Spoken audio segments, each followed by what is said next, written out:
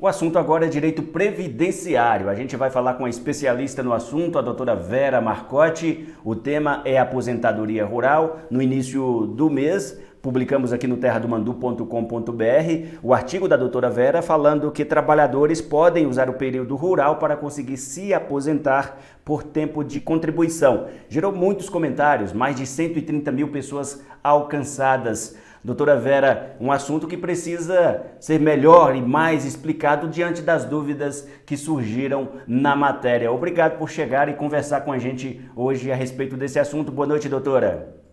Boa noite. Eu que agradeço mais uma vez o convite. Então, repercutiu porque, na verdade, hoje, documentos rurais do segurado especial, ele, assim, no previdenciário mesmo, a cereja do bolo que a gente fala, nós conseguimos completar o tempo para a aposentadoria rural, né, anterior a 31 de outubro de 1991. Nós podemos usar o tempo rural para aposentadoria por tempo de contribuição, mas tem que ser anterior, porque daí não precisa da indenização. E temos aí a aposentadoria híbrida também, que nós podemos usar o tempo rural. Isso significa, então, doutora Vera, de que é aquela pessoa que trabalhou na roça antes de 1991, é isso, né? A pessoa que trabalhou depois desse período... Sim, a híbrida não. Para a aposentadoria híbrida, não. O período pode ser remoto ou descontínuo agora aqui no final, tá? Mas para a aposentadoria por tempo de contribuição, por exemplo, um homem, ele tem 30 anos até a reforma da Previdência. E ele tem documentos rurais de segurado especial. Eu posso utilizar esse período dele rural até outubro de 1991, desculpa. Doutora Vera, e são muitos documentos exigidos para ter essa prova de que trabalhou na roça e esse tempo que trabalhou na roça vai se somar à contribuição no INSS? É muito documento, muita exigência?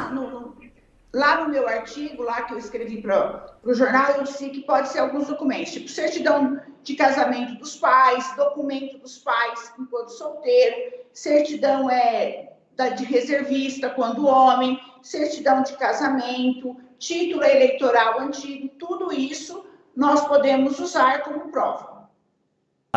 Uma das dúvidas que surgiram, inclusive, nos comentários do artigo é da Andréa Pérez Westin Barbosa. Ela diz que em 89 ela se casou, foi trabalhar com o esposo na roça, no retiro de leite, inclusive, e depois voltou a ser registrada no comércio, voltou para o urbano. Ela continua com o sítio, mas tem essas duas somatórias. Lá em 89 foi para a zona rural, depois voltou a ser registrada na carteira. Ela pode contar esse período que teve na roça para aposentadoria depois do tempo de carteira?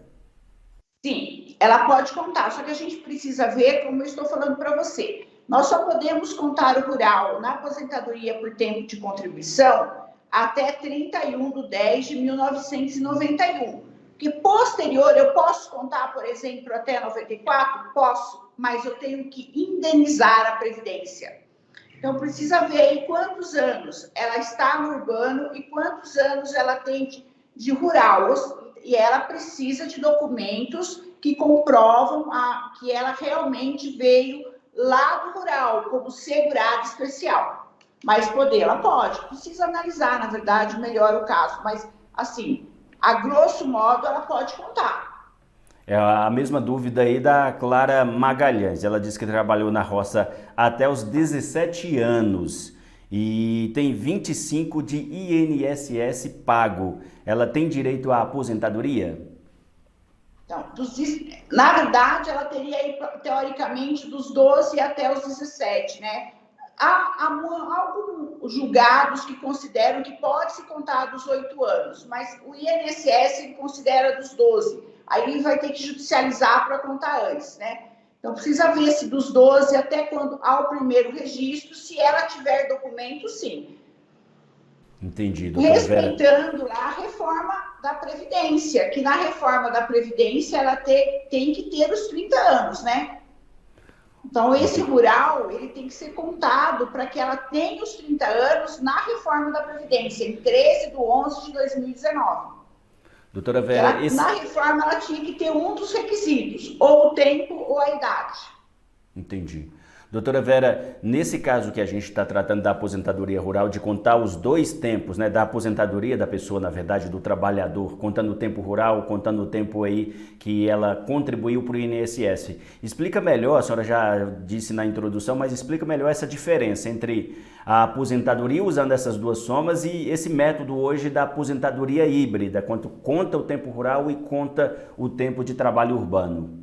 Não, a aposentadoria híbrida, ela é híbrida ou mista, como a gente costuma falar. Só que acontece o seguinte, para a híbrida, você tem que ter a idade do trabalhador urbano, ou seja, 65 anos para o homem e 62 para a mulher, que é a nova idade da reforma da Previdência. Veio aí na reforma da Previdência.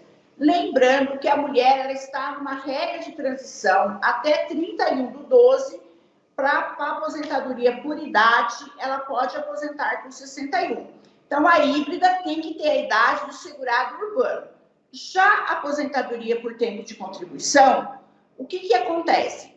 Vou dar um exemplo de novo. Lá na reforma da Previdência, esse homem, ele tinha 30 anos, mas ele tem lá no começo da vida, dá para a gente computar aí um tempo rural, documentos do pai ou documentos em nome dele mesmo.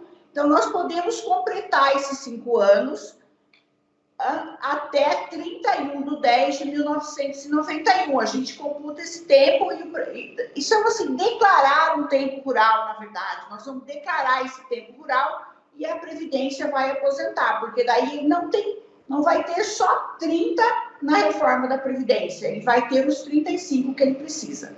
Perfeito. Aí fica, Tá? Daí fica... nós não temos a idade. A híbrida, nós temos esse requisito, que é um requisito muito importante, que é a questão da idade do segurado urbano. Entendi. Essa diferença ficou claro. Então, doutora Vera, então é só para ficar ainda mais especificado para a pessoa, que às vezes a pessoa trabalhou na roça, mudou para a cidade e acha que só vai aposentar quando completar o tempo de contribuição. E ele economizaria alguns anos usando esse tempo que ele teve lá na roça há algum período atrás, não é isso? Usaria esse tempo, ganharia aí em questão financeira, e muitas pessoas não têm esse conhecimento que pode usar os documentos para complementar tempo de contribuição. Lembrando que não precisa ser documento só no nome do segurado. Até o casamento, ele pode usar o documento dos pais, que é totalmente válido. Inclusive, essa era uma dúvida que chegou aqui no nosso WhatsApp também, de que se pode usar a matrícula da escola para a prova rural ou, no caso da solteira, se pode usar os documentos dos pais para comprovar que é uma lavradora.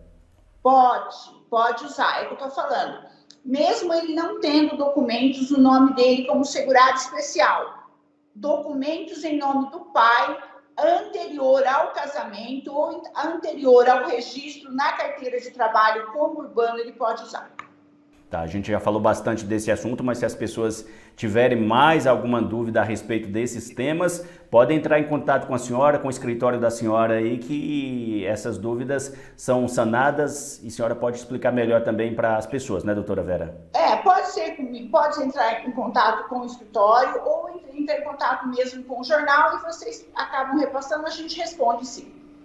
Doutora Vera, agora aproveitando que a senhora está aqui, a gente já vai para um outro assunto também rural, só que chegou aqui da Márcia Helena, que mora aqui na zona rural de Pouso Alegre. Ela tem 51 anos e ela reclama de alguns problemas de saúde, tipo artrose, bico de papagaio, desgaste no joelho e na coluna.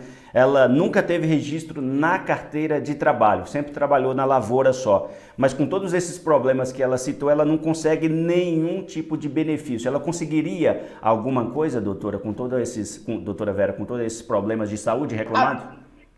Sim, na verdade, se ela tiver documentos que comprovam o efetivo trabalho na roça dos últimos, por exemplo, 3 anos, né, que ela comprova realmente que ela trabalha na roça e ela não consegue ser recolocada em outro trabalho, se ela não, por exemplo, não tem uma formação, não estudou, não tem uma formação profissional, só realmente a roça, a profissão dela é lavradora somente, sim.